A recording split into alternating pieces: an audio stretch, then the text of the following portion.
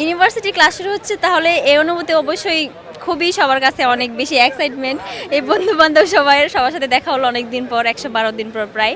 তো ক্লাসও শুরু হলো একটা মানে জীবন আগে মাঝখানে তো রাজনৈতিকভাবে যেমন দেশ এলোমেলো, তো আমাদের লাইফও এলোমেলো ধরতে গেলে।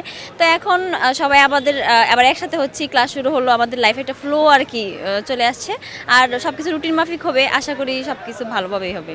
একটু আগে আমাদের ক্লাসে আর কি বিসি স্যার গেছিলো একটু পরিদর্শনে, তো উনি বললেন যে যেহেতু 3 মাসেরই তো গেপ, যদি আমরা আসলে এক্সট্রা ক্লাস নিই আর একটু মানে প্রেশারগুলো একটু বেশি নিই, তাহলে 3 মাসের গেপটা ফিল আপ করা খুব একটা ঝামেলা হওয়ার কথা না আর কি।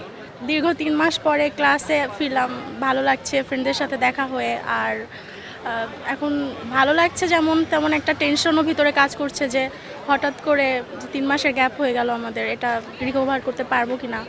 দেখি টিচারদের যদি সহযোগিতা পাই তাহলে ইনশাল্লাহ এই সময়টা রিকভার করা যাবে, না হলে সেশন জটে পড়তে হবে।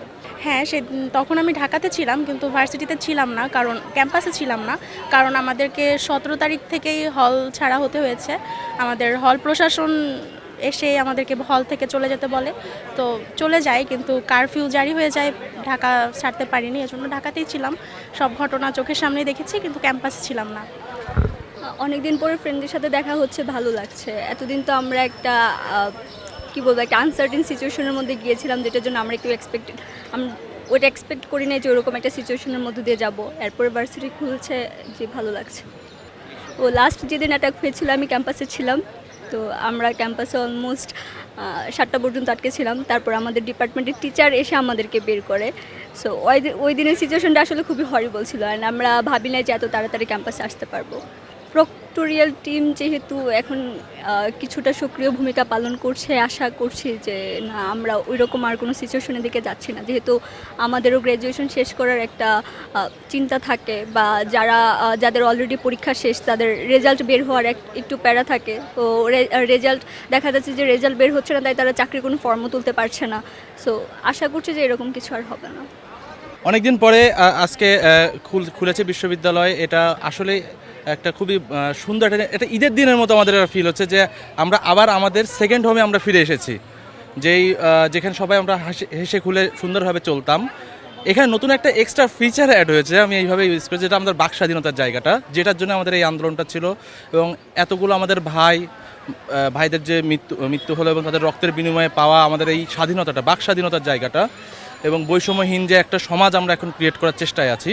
তো এই জায়গাটায় নতুন করে বিশ্ববিদ্যালয়টা যে খুললো এবং ক্লাসগুলো শুরু হচ্ছে, সকল একাডেমিক কার্যক্রম সুন্দরভাবে সুষ্ঠুভাবে আজকের দিনে পরিচালনা শুরু হয়েছে, এটিকে অবশ্যই আমি সাধুবাদ জানাই বিশ্ববিদ্যালয় প্রশাসনকে। এবং পরবর্তী যাতে অন্য কোনো রকমের সেশন জট যে বিষয়গুলো রয়েছে, আমরা অলরেডি কিন্তু একটা সেশন জটের ভিতরে রয়েছি করোনাকালীন সময়ের, যেটা অলরেডি আমরা এটা নিয়ে ভুগছি। যেমন আমাদের কথা যদি বলি, যারা হচ্ছে 17-18 সেশন, বিশেষ করে যারা ভুগেছে, 17-18 সেশনের কিন্তু অনার্স কমপ্লিট হয়েছে 2021 সালে, কিন্তু তারা রেজাল্ট পাচ্ছে 2022 সালে। আবার 2022-23 মাস্টার্স সেশন তারা কিন্তু অলরেডি পরীক্ষা দিচ্ছে অনেকে, কিছু কিছু ডিপার্টমেন্ট, এবং তাতে কিন্তু সার্টিফিকেট হচ্ছে 2022 সালের, অলরেডি তাদের কিন্তু পরীক্ষাও দেয়নি। সো এই যে বিষয়গুলো রয়েছে, এবং চাকরির বাজারে গেলে পরে যে তাদেরকে একটা গ্যাপ, যে রেজাল্টের পাবলিশ ডে আর হচ্ছে পরীক্ষার ডে একাডেমিক ইয়ার, এই যে গ্যাপটা রয়েছে, এই গ্যাপগুলো নিরসনের বিষয়ে বিশ্ববিদ্যালয় প্রশাসন আরও বেশি কাজ করবে, বা এই জটটা যেন আরও সুন্দরভাবে কমানো যায়, এবং বিশ্ববিদ্যালয়ের নবীন যে শিক্ষার্থীরা আসবে তাদের যাতে কোনো সেশন জটে পড়তে না হয় সে বিষয়ে আরও কাজ করবে বলে আশা করি। অনুভূতি তো ভাই ভালো লাগবে আলহামদুলিল্লাহ, কিন্তু সর্বশেষ কথা বহিরাগত ক্যাম্পাসে বেশি।